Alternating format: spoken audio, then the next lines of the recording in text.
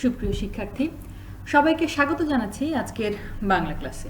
আজ ষষ্ঠ শ্রেণীর শিক্ষার্থীদের জন্য থাকছে বাংলা প্রথম পত্রের একটি কবিতা। কবিতাটির নাম পাখির কাছে ফুলের কাছে।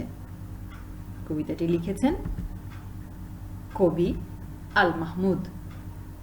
প্রথমে কবি সম্পর্কে কিছু কথা।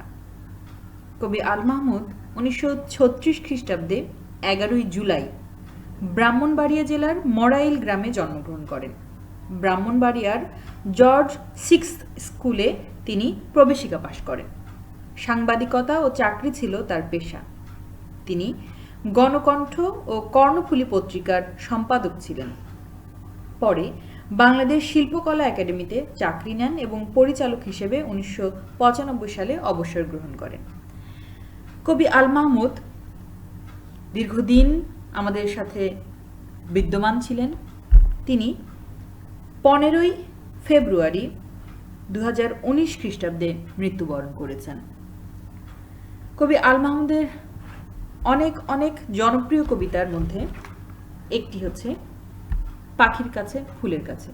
তার প্রকাশিত উল্লেখযোগ্য বইগুলো হচ্ছে লোক লোকান্তর, কালের কলস, সোনালী কাবিন, মায়াবী পর্দা দুলে ওঠো, মিথ্যেবাদী রাখাল, একচক্ষু হরিণ, আরব্য রজনীর রাজহাঁস ইত্যাদি। আমরা যে কবিতাটি পাঠ করব আজকে, পাখির কাছে ফুলের কাছে, সেটি মূলত একটি কাব্যগ্রন্থ। পাখির কাছে ফুলের কাছে নামক গ্রন্থটির একটি কবিতা। আমরা চলে যাচ্ছি মূল কবিতায়।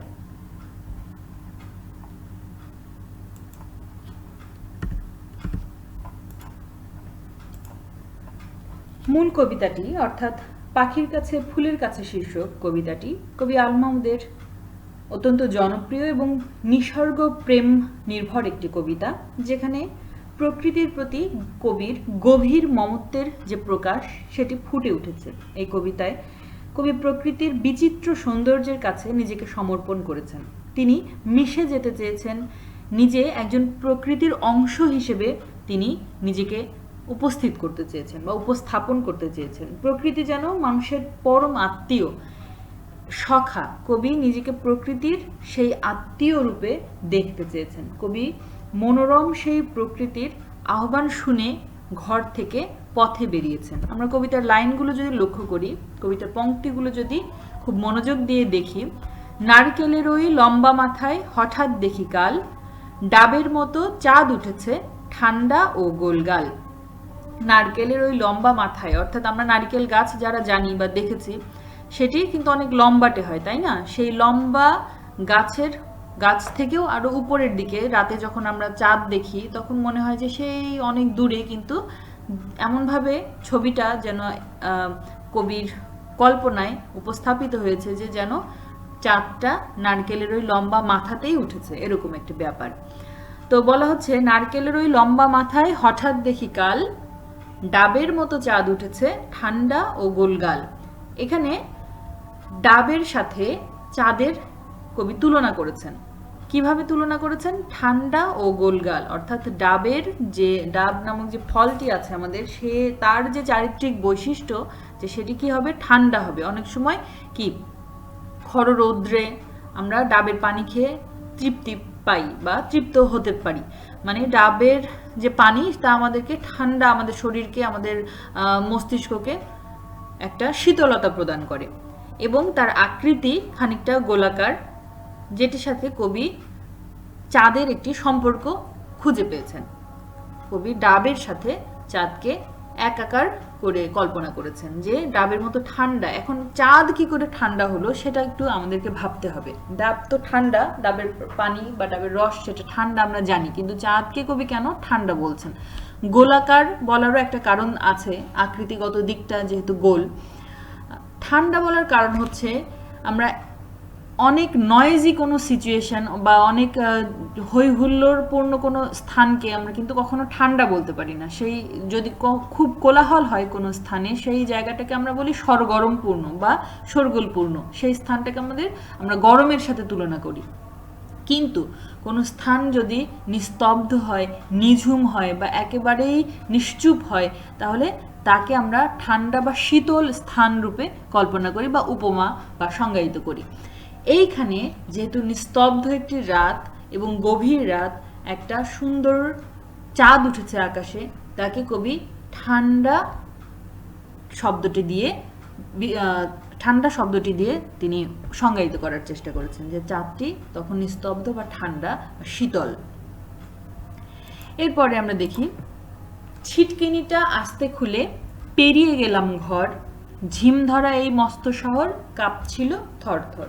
অর্থাৎ কবি সেই চাঁদ দেখে বা প্রকৃতির সেই সৌন্দর্য ঘর থেকে অনুধাবন করে বা অবলোকন করে আর ঘরে থাকতে পারলেন না, তিনি রাস্তায় বেরিয়ে পড়লেন। রাস্তায় বেরিয়ে পড়াতে রাতের যে নিস্তব্ধতা, সেটিকে তিনি কল্পনা করছেন যে একটা থরথর রূপে কাঁপছে যেন শহরটা, কোনো কোলাহল নেই, কোনো যানজট নেই, একটা নিস্তব্ধ শহর, একটা নৈসর্গিক সৌন্দর্য, একটা ঐশ্বরিক বিষয়, যেখানে কোনো প্রকার কোনো দূষণ নেই, নিস্তব্ধ, শীতল এবং ঠান্ডা। তো এরকম একটি পরিস্থিতিতে কবি পথে বেরিয়ে গেলেন। পথে বেরিয়ে তিনি রাতের সৌন্দর্য এবং প্রকৃতির সাথে নিজেকে এক করে দিতে চাইলেন। এরপরে দেখছি, মিনারটাকে দেখছি যেন দাঁড়িয়ে আছেন কেউ। মিনার শব্দটির অর্থ কিন্তু মসজিদের উঁচু স্তম্ভ বা গম্বুজ যুক্ত দালান, সেটাকে আমরা বলি মিনার। এখন কবি মিনারটিকে দূর থেকে দেখে ভাবছেন কি দাঁড়িয়ে আছেন কেউ, মাথা উঁচু করে কেউ যেন দাঁড়িয়ে আছে দূর থেকে, রাতের অন্ধকারে আলো আধারিতে, এরকম নানা রকম ধারণা মানুষের হতে পারে। কবিরও ঠিক সেরকমই মনে হচ্ছে, মিনারটাকে দূর থেকে দেখে আলো আধারিতে কবির মনে হচ্ছে কেউ যেন দাঁড়িয়ে আছে। আসলে এই যে প্রকৃতি ও তার উপাদানের কথা কবি এখানে বলেছেন, সেগুলো কিন্তু মানুষের ভীষণ আপন, কিন্তু সেই আপন জিনিসটিকে আমরা দিনের আলোয় বা অনেক বেশি কোলাহলপূর্ণ অবস্থায় ভালো করে অবলোকন করতে পারি না, অনুধাবন করতে পারি না, বা নিজের মধ্যে ধারণ করতে বা লালন করতে পারি না।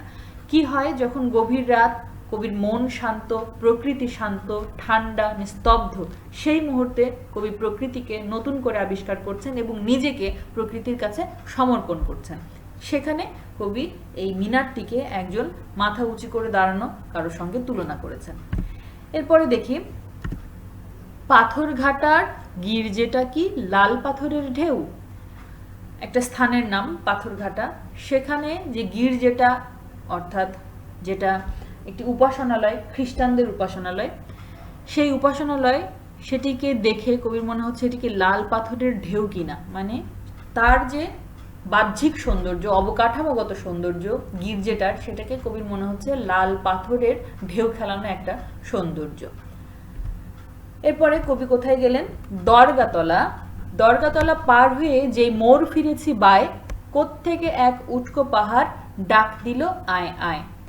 অর্থাৎ দরগাতলা একটা স্থানের নাম, সেই স্থানটি পেরিয়ে কবি যখন একটা মোড় ফিরেছেন বাম দিকে, তখন একটা উটকো পাহাড় দেখতে পেলেন, একটা ছোটখাটো পাহাড়। উটকো শব্দটির অর্থ হচ্ছে অপ্রয়োজনীয় বা অপ্রত্যাশিত, মানে হঠাৎ করে একটা সামনে ছোট উঁচু পাহাড়ের মতো তিনি দেখতে পেলেন,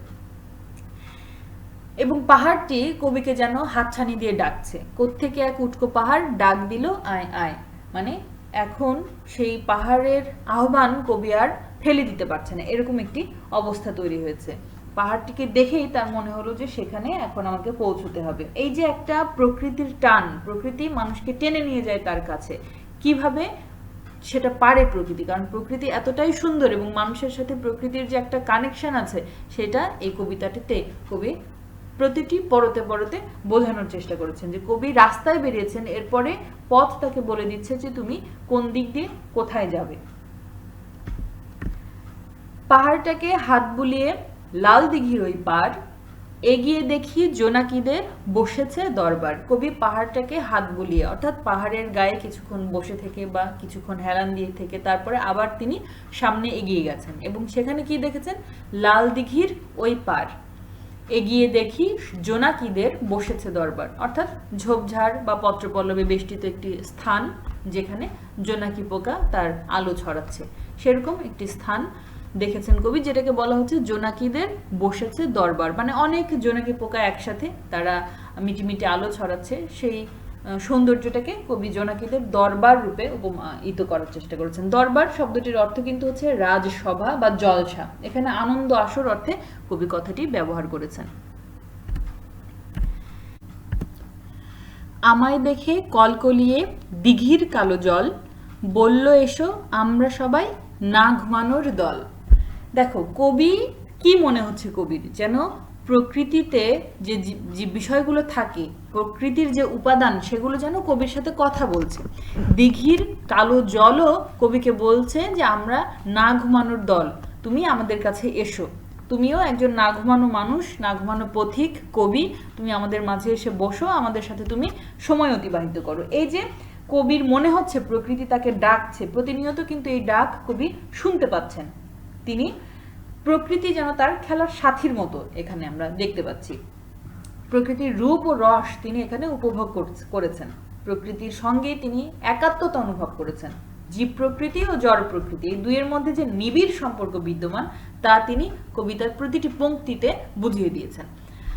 এখন এই যে কালো জল, দিঘির কালো জল, তারাও কিন্তু কবিকে ডাকছে, আহ্বান করছে যে তুমি আমাদের কাছে এসো, আমার পাড়ে বসো এবং আমরা সবাই না ঘুমানোর দল।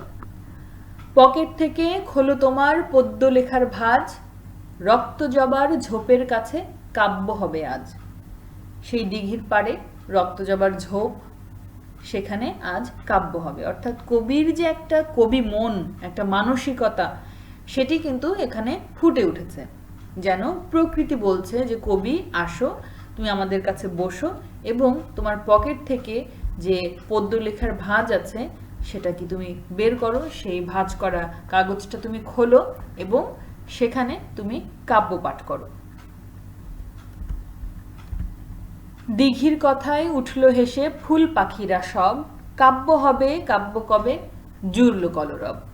শুধু দিঘিই বলল না, কবির মনে হচ্ছে যেন দিঘির কথায় আশেপাশে যে আরো প্রকৃতির উপাদানগুলো আছে তারা সবাই নেচে উঠলো, তারা কলকলিয়ে উঠলো এবং সবাই মিলে কলরব সৃষ্টি করলো যে কবি এখন তাদেরকে কবিতা শোনাবেন। এই হচ্ছে কবি মন, কবি হৃদয়। তাই কবি এখন কি করবেন? কি আর করি পকেট থেকে খুলে ছড়ার বই, পাখির কাছে ফুলের কাছে মনের কথা কই। কি অদ্ভুত রকমের সমাপ্তি। কবির মনে হচ্ছে প্রকৃতি তাকে আহ্বান করছে এবং তারা খুব কবিকে অনুরোধ করছে যে আমাদের কাছে এসে থাকো, আমাদের মাঝে বসো, আমরা সবাই না ঘুমানোর দল এবং তোমার কাছে যে কবিতাটি আছে সেটি আমাদের জন্য তুমি পড়ে শোনাও। তাই কবি এখন নিরুপায় হয়ে তাদের কাছে তার মনের কথাগুলো খুলে বলতে বসে গেলেন। এই হচ্ছে আমাদের কবিতা পাখির কাছে ফুলের কাছে। এই পুরো কবিতাটি থেকে আমরা কি শিখলাম বা কি দেখলাম, এটি যদি আমাদের প্রশ্ন আসে বা আমাদের বিবেচনায় আসে তাহলে আমরা কি দেখতে পাবো? নিসর্গ প্রেম, এক কথায় নিসর্গের প্রতি অকৃত্রিম ভালোবাসা, সেটি এই কবিতাটিতে কবির ভাষার মধ্য দিয়ে, কবির পংক্তির মধ্য দিয়ে সুস্পষ্ট করে ফুটে উঠেছে। রাতের প্রকৃতি বিশেষ করে কবিকে যে কতটা আকৃষ্ট করেছে তা আমরা এই কবিতাটি থেকে বুঝতে পারি। এছাড়া প্রকৃতির যে চির শোভা তা কবির হৃদয়কে কিন্তু আন্দোলিত করেছে। কবির প্রাণের মাঝে সেই সৌন্দর্য প্রতিনিয়ত দোলা খেয়েছে বা দোলা দিয়েছে। এই যে সৌন্দর্য তা কিন্তু বাংলাদেশের প্রতিটি গ্রামে বা প্রতিটি প্রকৃতির অংশ। এই সৌন্দর্যের প্রেমে কবি বিমোহিত, বিমুগ্ধ এবং সেই সৌন্দর্যকে কবি এই কবিতাটির মধ্য দিয়ে সুস্পষ্ট রূপে বর্ণনা করার চেষ্টা করেছেন। সুপ্রিয় শিক্ষার্থী, নিসর্গ প্রেম অত্যন্ত চমৎকার একটি বিষয়। নিসর্গের প্রতি ভালোবাসা বা মমত্ববোধ মানুষের মনে যদি থাকে তাহলে সে কোনো দুষ্কর্ম করতে পারে না বলে অনেকের বিশ্বাস।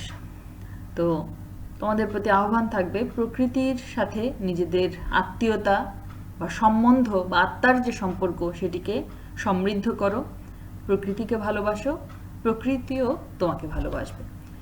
সবাইকে অসংখ্য ধন্যবাদ।